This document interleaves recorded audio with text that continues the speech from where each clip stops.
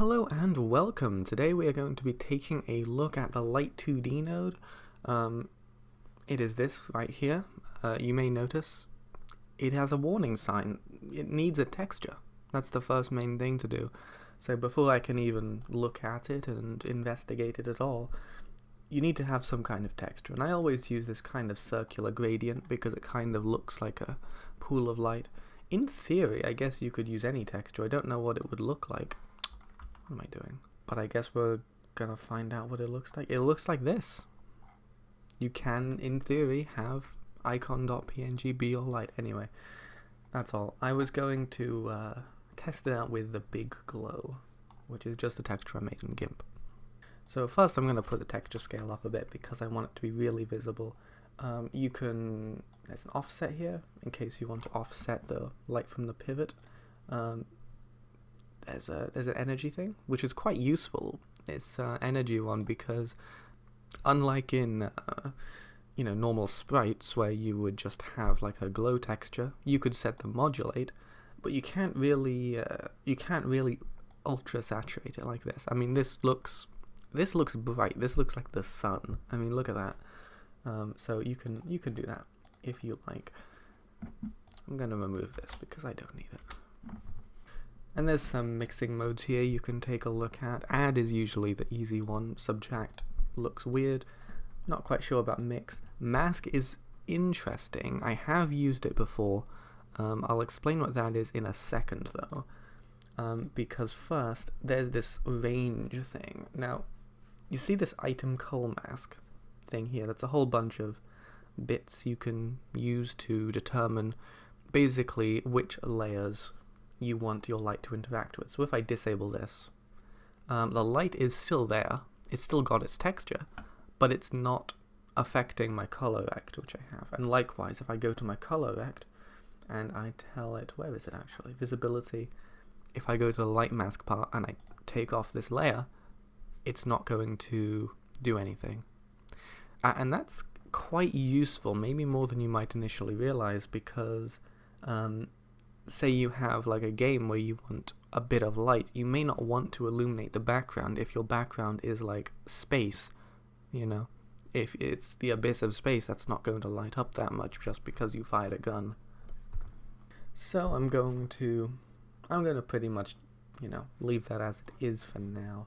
But that's the basic idea behind the item cull mask. And now that I have explained this, I will just say mask takes whatever's on the item cull mask, and you see where there's this white. Well, this white basically represents show the item, or show whatever is interacting with this light, and the transparent means hide it.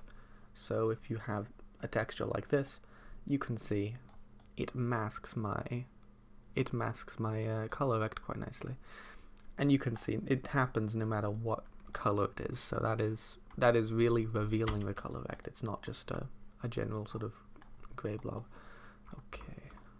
So that's the main parts. You could do editor only. I'm going to put this back to add, and because it's black, it's not really showing up that well, so let me make this a bit of a, let's do this color.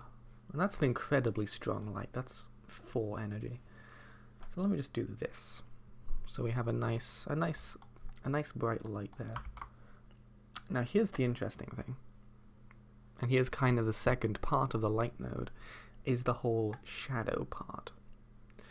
So you may have seen in various tech demos or trailers really nice shadows in Godot engine, and that is because they use the light occluder 2D, which occludes light.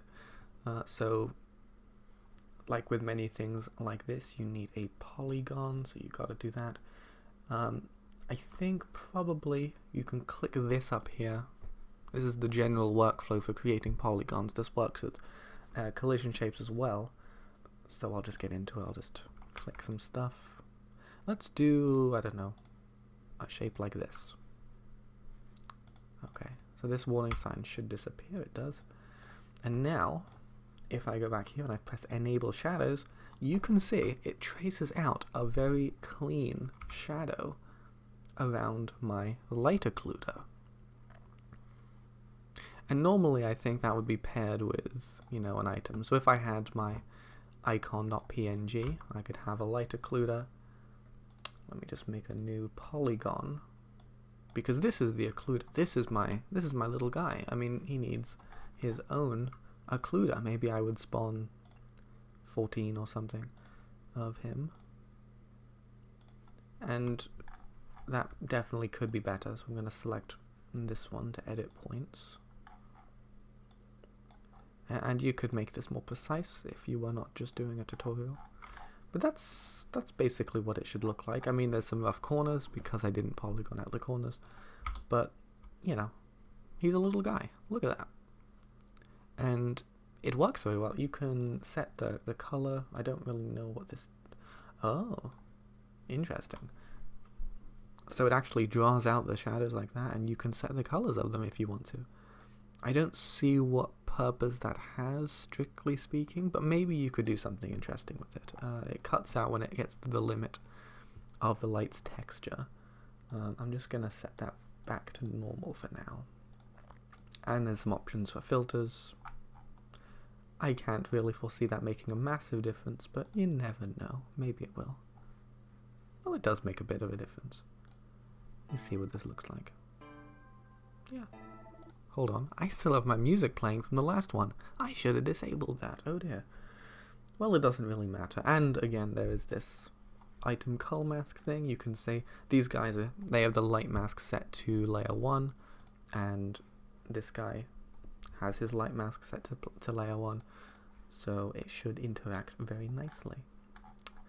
And that's pretty much all you need to know about the Light2D. I don't think I've missed anything. Again, masking is fine. You can do that. You know, you can see what if you want to occlude the mask for some reason. That would be an absolutely ridiculous, insane thing to do. I can't think of any good uses for it, but you could. It's in your power. So, if you enjoyed that small introduction to the Light2D node, feel free to tell me how appreciative you are in a comment, like, subscribe, dislike, or unsubscribe, or, you know, don't do those last two, but do something nice that benefits me and also you educationally. Goodbye.